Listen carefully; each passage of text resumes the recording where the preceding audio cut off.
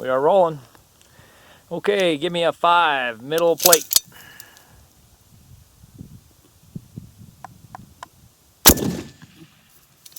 Nice. Let's go 6. Let's do that second plate in from the left.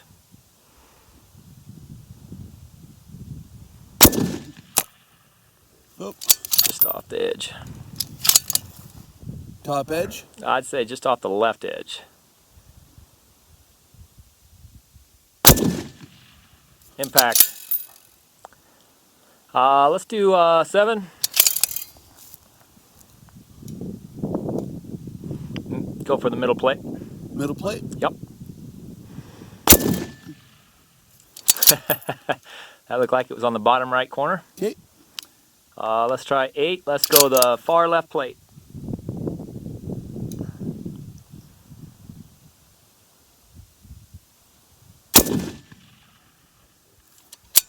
That was way right. It is low, isn't it? That was way right. The far left plate? Oh, the far left plate. Or sorry. whichever, yeah. I was calling for the far left one, the one that didn't have the marks on it.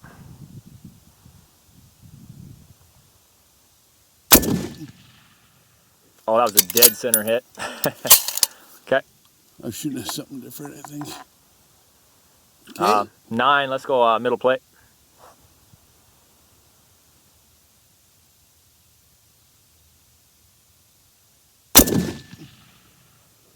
Nice.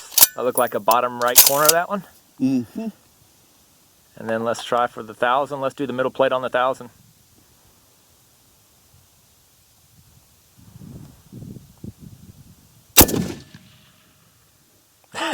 That was about 3 inches above center. Perfecto mundo. Okay.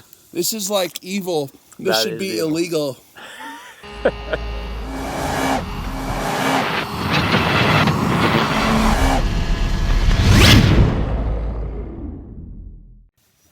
That was fun. Hey, Rex here. We were with Mr. Junior Mildot Man. Hey guys. And we're testing the primary arms 3 to 18 Apollo. And it's got pretty evil capabilities. I've never hit that many targets at different ranges ever.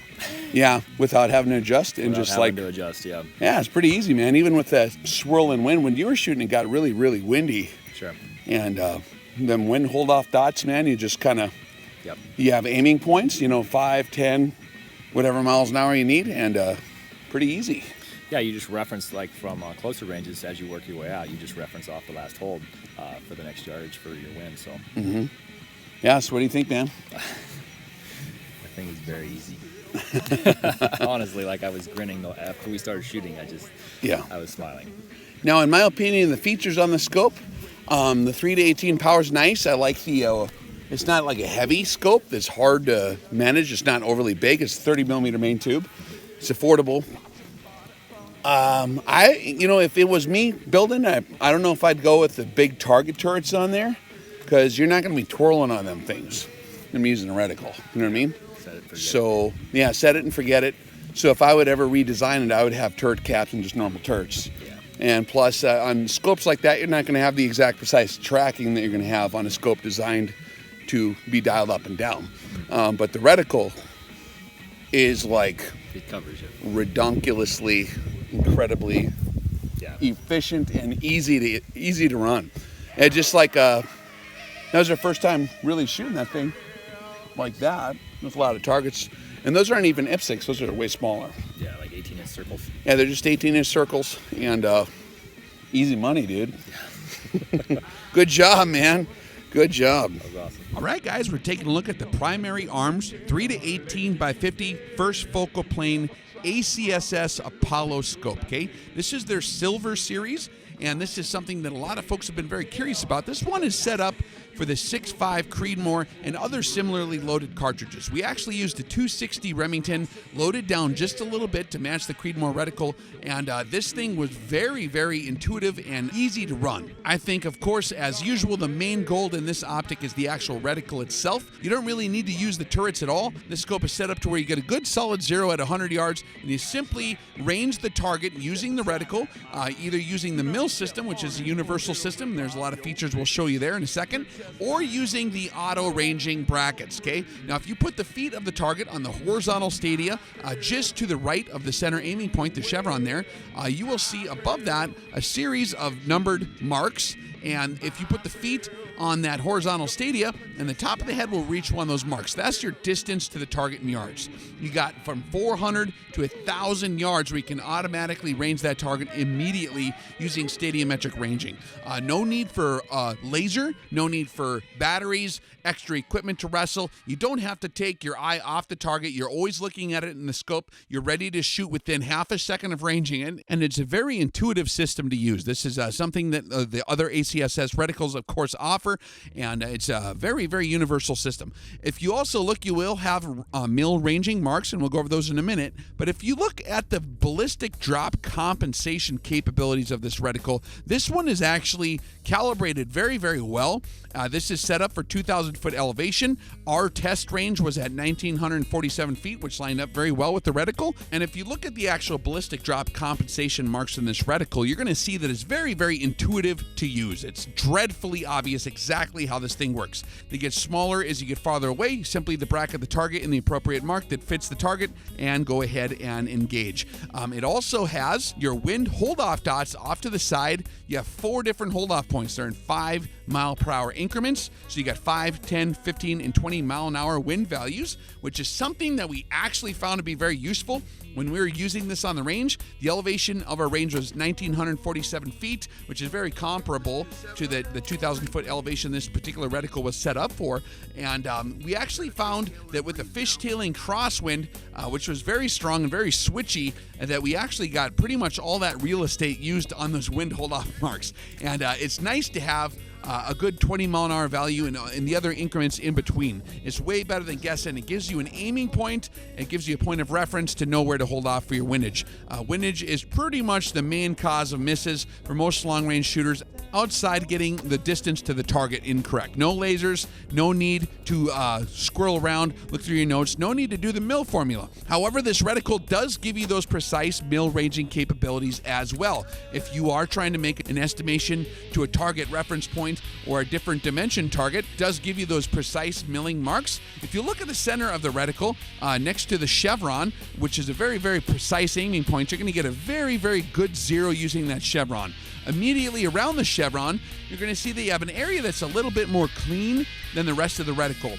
Those dots are spaced apart 0.2 mils for the reason of keeping it clean in there so that if you do decide to go ahead and index your scope using the turrets, you will have plenty of room to see exactly where your bullet went.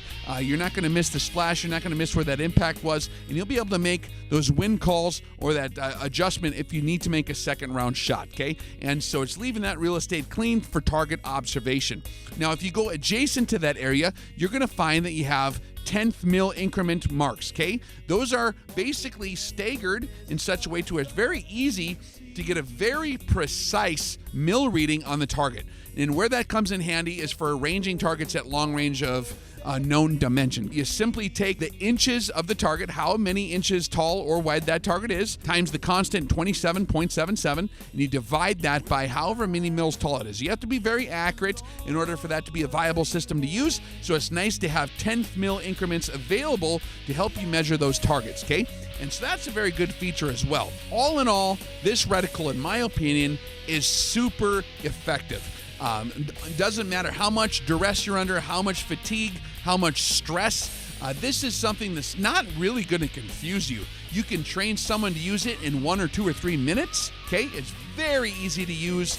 You could hand this to a guy that just drank an entire bottle of Yukon Jack and has never shot before, and you could explain the reticle, and I think he would understand the concept very quickly. It's not rocket science, which is a very, very good design. In my opinion, a very well-designed reticle will be dreadfully obvious how it works. That's the human user interface, which is critical to streamline the firing process and get time on target effectiveness. That is something that a lot of reticles are a little bit short on. If they get too complex or too confusing, it requires a heck of a lot more training. There are some very powerful tools, of course, in other reticle designs that can be used to get very precise, but they do take a bit more training, a lot more time, and a heck of a lot more brain computing power to run. This is something you could just hand to anybody you know and explain how it goes, and they are going to be deadly effective from point blank range all the way out to 1,000 meters after a quick lesson on fundamentals of marksmanship. And I think that makes this thing like a really good choice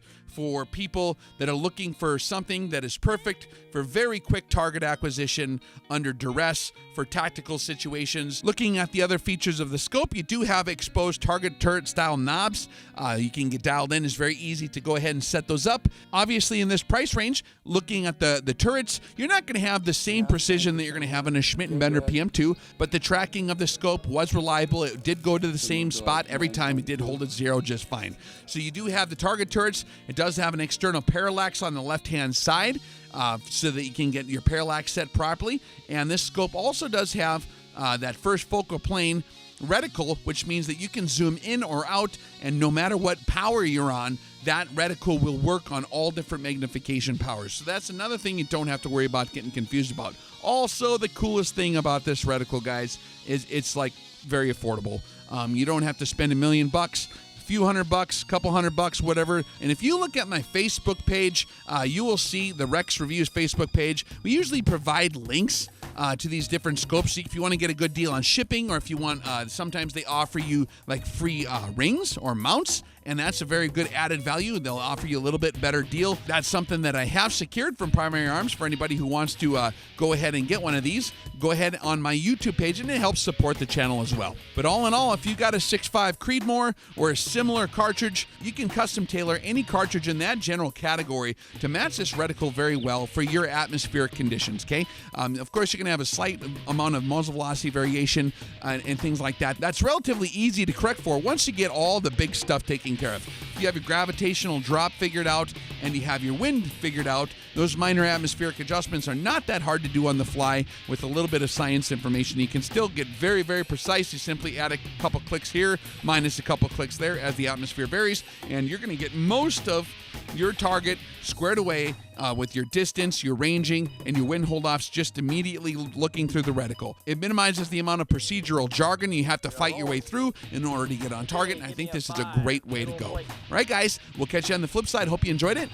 Check out the Facebook page, the Rex Reviews Facebook page, for links to this scope in the deals that are provided there. Of course, it does help us fund the channel, keep it going, and keep reviewing these things. So if you want to do that, go ahead and check it out and leave your commentary if you've got any experience on these. These things really make it very easy to be very effective out to 1,000 yards without really having to worry about those external ballistic details. This takes care of a good 95% of the game for you right off the bat. All right, guys, hope you enjoyed it. We'll catch you on the flip side. Oh, that was a dead center hit. Okay. 9, let's go middle plate.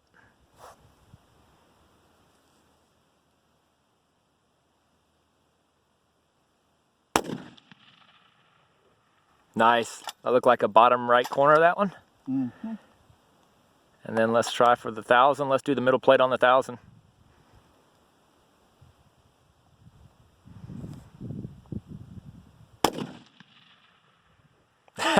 That was about 3 inches above center. Perfecto mundo. Okay. This is like evil. That is evil. Illegal. Nancy, ban it instantly.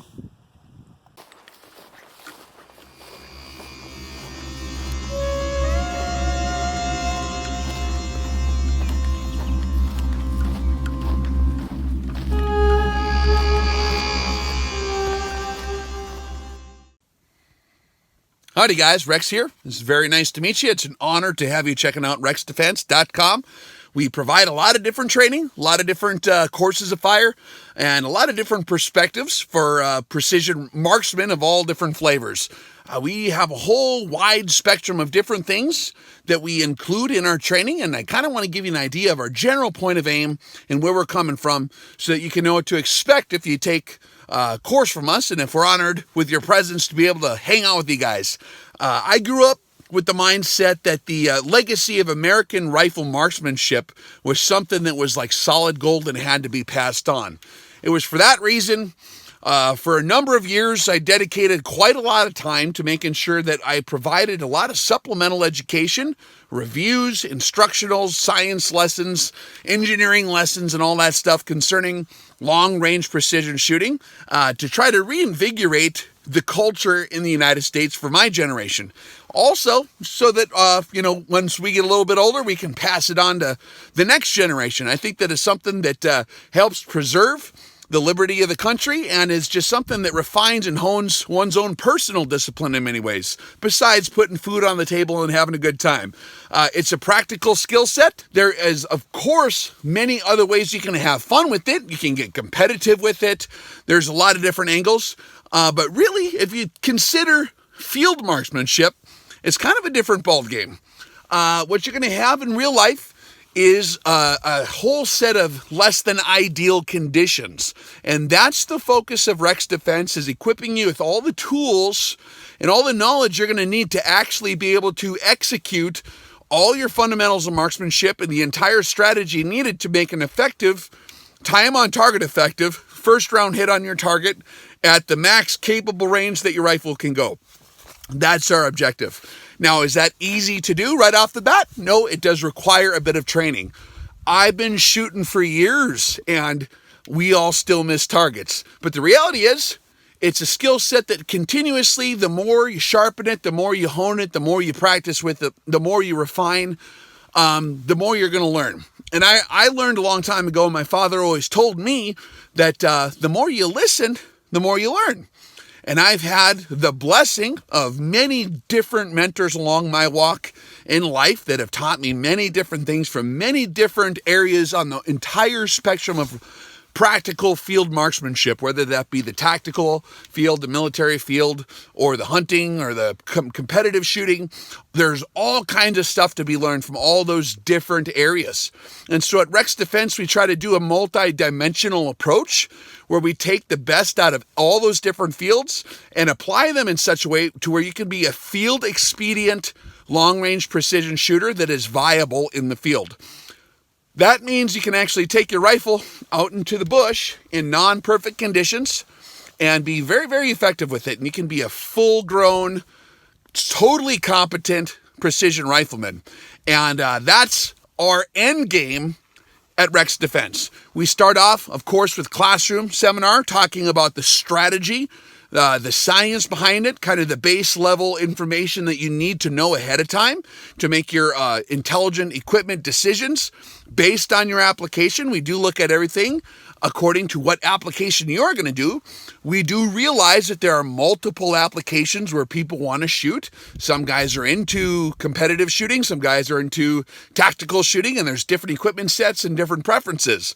That being in mind, we've developed our pace and our rhythm of training to accommodate all different levels of shooters at the same time.